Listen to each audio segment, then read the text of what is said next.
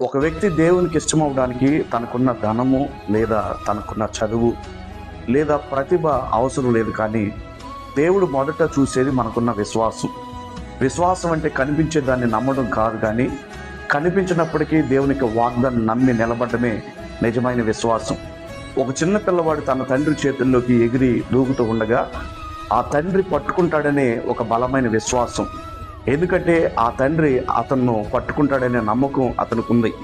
ఆ నమ్మకమే విశ్వాసం. అలాగే మన జీవితంలో ఎన్ని సమస్యలు ఉన్నా, ఎన్ని పరీక్షలు వచ్చినా దేవుడు నిన్ను విడిచిపెట్టడు, ఆయన నన్ను నడిపిస్తాడు అని నమ్మి ముందుకి సాగడమే నిజమైన విశ్వాసం. అబ్రహాం కూడా దేవుని చెప్పిన మాటను నమ్మి తన దేశాన్ని విడిచిపెట్టాడు. ఎవరున్నా లేకపోయినా, ఎవరొచ్చినా రాకపోయినా అతను దేవుని యొక్క మాటకు లోబడ్డాడు. అదే నిజమైన విశ్వాసం. ఎక్కడికి వెళ్ళాలో తెలియనటువంటి పరిస్థితుల్లో కూడా దేవుని యొక్క మాటకు లోబడి విశ్వసించాడు కనుక అతను అనేక మందికి దీవెనకరంగా ఆశీర్వదించబడి దేవునికి ఇష్టాడుగా మార్చబడ్డాడు. ఈ రోజున దేవుడు మనల్ని అడుగుతున్నది, నీకు ఎంత శక్తి ఉంది, నీకెంత బలం ఉంది, నీకెంత ఐశ్వర్యం ఉంది అని కాదు, కానీ నన్ను ఎంత నమ్మేవు అని విశ్వాసంతో నడిచే జీవితాన్ని దేవుడు కోరుకుంటా ఉన్నాడు.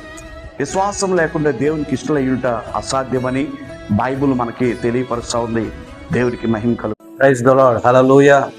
మన ప్రభువైన యేసుక్రీస్తు నామములో మరోసారి మీకు వందనాలు తెలియజేస్తున్నాను.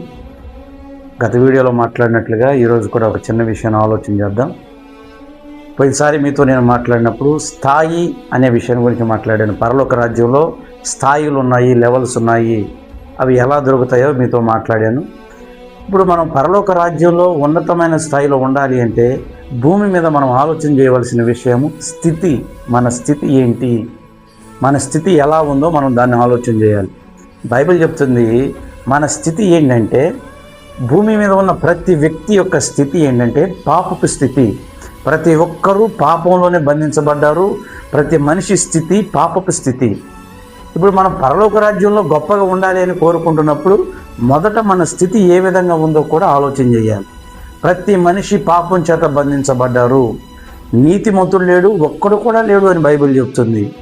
దేవుడు అందరూ పాపం చేసి దేవుడు అనుగ్రహించే మహిమను పొందలేకపోతున్నారని చెప్తుంది.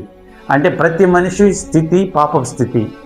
ఈ పాపపు స్థితిని మార్చడానికే సర్వోన్నతుడైన దేవుడు పరలోకంలో ఉన్న తన స్థాయిని విడిచి, నేను చెప్పే మాట వినండి, తన స్థాయిని విడిచి ఈ లోకంలోకి అడుగుపెట్టారు. ఈ లోకంలోనికి అడుగుపెట్టి మన స్థితిని మార్చడానికి ఆయన వచ్చారు. హల్లెలూయా. ఇప్పుడు పాపపు స్థితిలో ఉన్న మనలను ఆ పాపపు స్థితి నుండి విడిపించి నీతి అనే స్థితిలోనికి